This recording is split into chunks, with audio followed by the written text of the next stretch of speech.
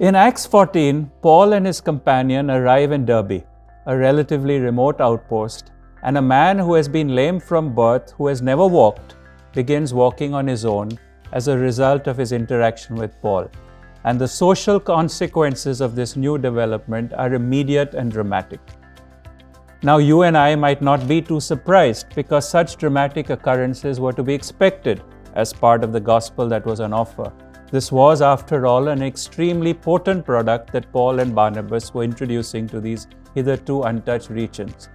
Not only would and could it change lives and eternal destinies, it could and sometimes did have phenomenal side effects. A chronically lame man like this walked unaided. The dead came back to life.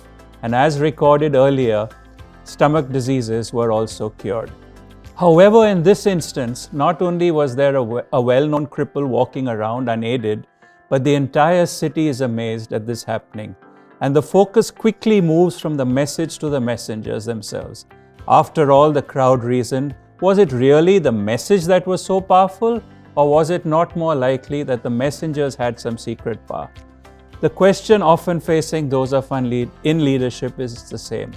Is the success of a new product in the market the result of the efficacy of the product or the skill of the salesperson? In all honesty, we would probably arrive at the conclusion that it was a bit of both. In this instance, the people of Lystra decided that the gods had come down in human form, identifying Barnabas as Zeus, chief of the gods and famed for his thunderbolt, and Paul as Hermes, who was often presented as the son of Zeus, since he was the main speaker and wanted to fit them accordingly. Not bad. From being turfed out of the preceding towns, finally they're being accepted. And not just accepted, they're honored, celebrated, even treated like gods. Before we pass this off as an anomaly of ancient history, a time when people believed in a pantheon of gods on Olympus, we must ask ourselves, are things very different today? Is the celebrity culture of the 21st century any different? How many have been acclaimed as gods by virtue of the adulation of thousands or millions? A god today is one who has the most likes or has thousands of followers. And while we might be dismissive of the contemporary cultural icons, honestly, if we were to get the chance, would we not too like to bask in the social media spotlight? This is simply human nature. We love to see ourselves in print. Even better if on the front page or on page 3 or on a billboard headlining an event. It's as what the Apostle John refers to as the pride of life. Most of us may not make it into the newspapers, so we seek to make our own press, as in social media, and then watch the number of likes and comments accrue. Only we know when a social media post crosses the line from sharing to boasting. Paul and Barnabas thankfully are under no such illusions or godlike delusions, and they hastily request the crowd to desist from any further adulation, reminding their listeners that they too were mere mortals just like them.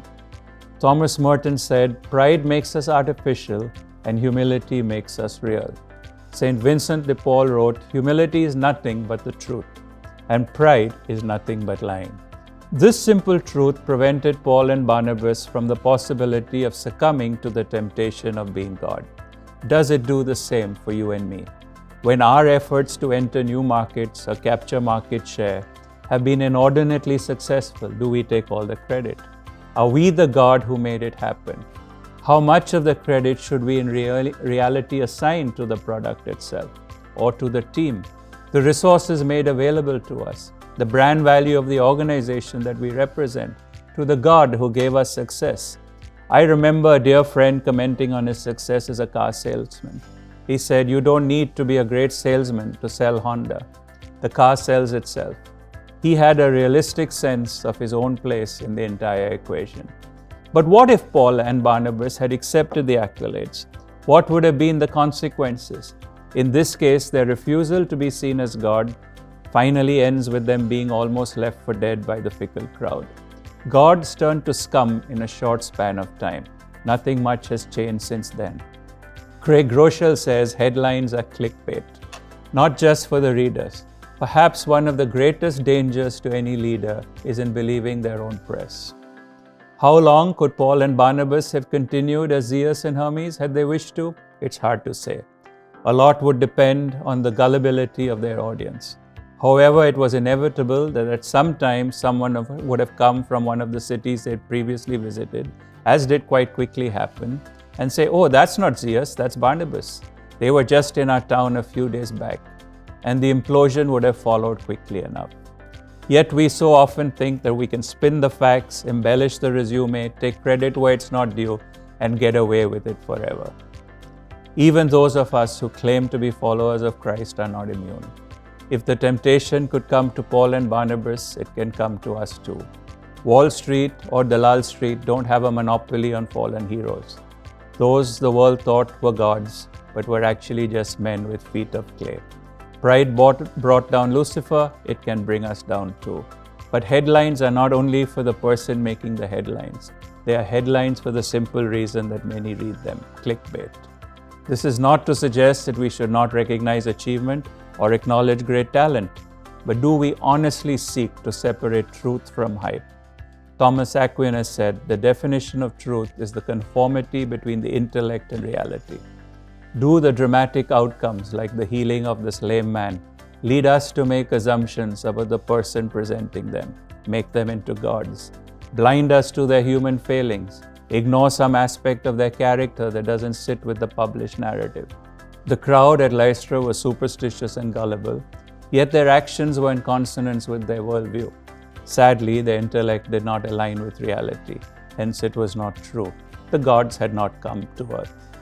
Ironically, Paul and Barnabas were telling them about the God who had actually come to earth, but they were listening to the wrong social influencers. May we not fall prey to clickbait.